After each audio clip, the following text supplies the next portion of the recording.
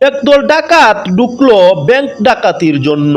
উপস্থিত গ্রাহক আর কর্মচারীরা বাধা দেওয়ার চেষ্টা করলো।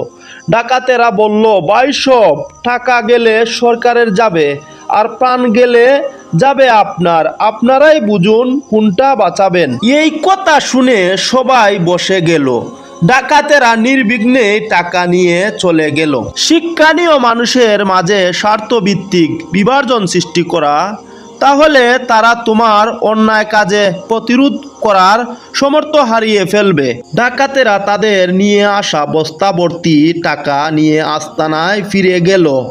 যে ডাকাতের MBA ডিগ্রি ছিল সে বলল, এবার আমাদের দরকার আমরা কত টাকা লুট করলাম তা গুনে দেখা। প্রবীণ ডাকাত বলল, দুরু, এত টাকা গুনতে তো অনেক কষ্ট হবে, একটু পরেই টিভিতে বলবে কত টাকা